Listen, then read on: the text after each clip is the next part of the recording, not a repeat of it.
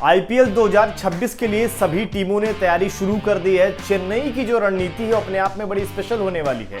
करीब 45 करोड़ का उन्होंने जो प्लान बनाया है उसके बारे में आपको बताएंगे। धोनी का आईपीएल खेलेंगे या नहीं उस पर भी अपडेट आ रही है, और साथ ही कितने खिलाड़ियों को चेन्नई रिलीज करने जा रही है उसकी भी लिस्ट लगभग फाइनल हो गई है। तो पूरी डिटेल में कॉम्बिनेशन आपको बताते हैं कि चेन्नई किन किन खिलाड़ियों को टारगेट करने के लिए देख रही है। तो सबसे पहले आपको जो बड़ी अपडेट है चेन्नई को लेकर वो बताते हैं कि एमएस धोनी आईपीएल 2026 में आपको खेलते नहीं दिखाई देंगे। ये अपने आप में हैरान करने वाला आपको फैसला लग सकता है, लेकिन ऐसा जैसा धोनी हमेशा सरप्राइज करते हैं वो होने वाला है।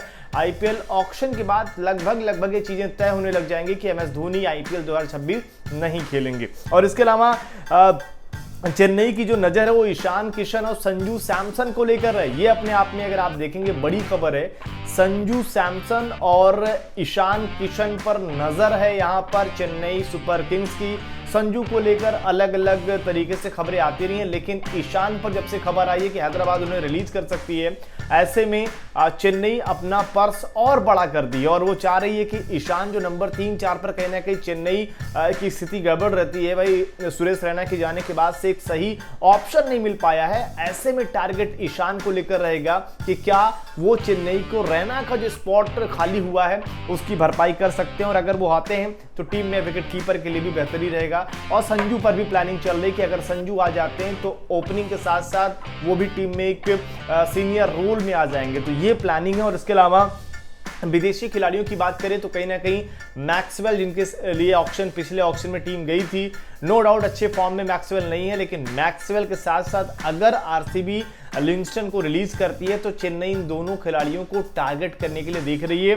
और साथ ही कैमरन ग्रीन जो पिछली बार आईपीएल में फिटनेस से बाहर गए थे, अगर वो ऑक्शन में आते हैं तो चेन्नई उनके लिए बड़े बिड के मूड में है। इस लिहाज से क्योंकि हमेशा से ऑस्ट्रेलिया के एक ऑलराउंडर पेसर जो सूट करता है, मतलब जैसे कि शेन वॉटसन रहे हैं, चेन्नई उस फिराक में कि कैमरन ग्रीन को उस वाले रोल में फिट कर ले।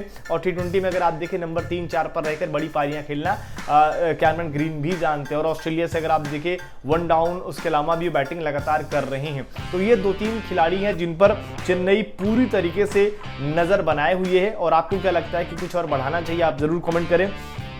8 खिलाड़ियों को जो बाहर करने का प्लान है उस पर भी आएंगे। 45 करोड़ की पर्स के साथ ऑक्शन में जाने को लेकर चेन्नई इस वक्त देख रही है। तो ये 45 करोड़ का ऑक्शन कहां से आने वाला उसके बारे में आपको बता देते हैं, क्योंकि जो रिलीज लिस्ट फाइनल हुई है वो आपको स्क्रीन पर दिखाते हैं। लगभग जो खबर है कि आर अश्विन जो रिटायरमेंट ले चुके हैं तो 9 करोड़ 75 लाख यहां से खाली होगा। इसके अलावा कॉनवे जो अच्छे फॉर्म में नहीं है तो 6 करोड़ 25 लाख में उनको भी टीम में अपने साथ रखी हुई थी चेन्नई, तो यहां से 6 करोड़ रुपए आ जाएंगे। और इसके अलावा सचिन रविंद्र पर थोड़ा कंफ्यूजन है अभी भी चेन्नई के फैंस में भी और चेन्नई के अगर आप देखें मैनेजमेंट में भी, क्योंकि 4 करोड़ की राशि बहुत ज्यादा राशि नहीं है। और ऐसे में अगर आप देखें सचिन रविंद्र मेजर लीग में अच्छे फॉर्म में थे, कभी कभार अच्छे लय में नजर आते हैं, तो कंफ्यूजन है। लेकिन अभी के हिसाब से अगर आप देखें तो बाहर करने के मूड में एमएस धोनी को रिलीज करेगी, 4 करोड़ वहां से बचेंगे। राहुल त्रिपाठी को लिया गया था कि अच्छा करेंगे लेकिन अच्छा नहीं कर पाए, तो 3.4 करोड़ वहां से आएंगे। विजय शंकर को रिलीज करने के मूड में है चेन्नई, 1.2 करोड़।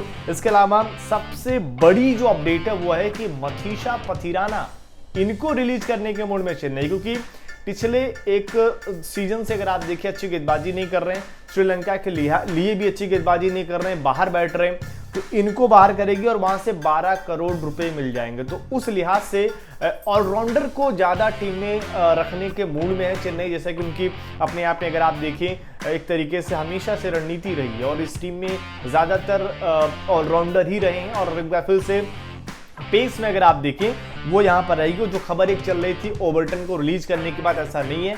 सैम करन और जेमी ओबर्टन टीम के साथ बने रहेंगे। इसके अलावा दीपक हुड्डा को रिलीज करेंगे। तो ये जो 8 खिलाड़ियों को रिलीज करने का प्लान है, इससे क्या होगा, करीब 42 करोड़ से ज्यादा की रकम होगी। लेकिन इसके अलावा जो छोटे खिलाड़ी हैं, चाहे वो आंद्रे सिद्धार्थ हो गए, नागरकोटी हो गए, 30-30, 40-40 लाख वाले खिलाड़ी, इनको रिलीज के साथ साथ ये पर्स कहीं जाकर 50 नहीं तो बल्कि 45 करोड़ तक पहुंचेगा।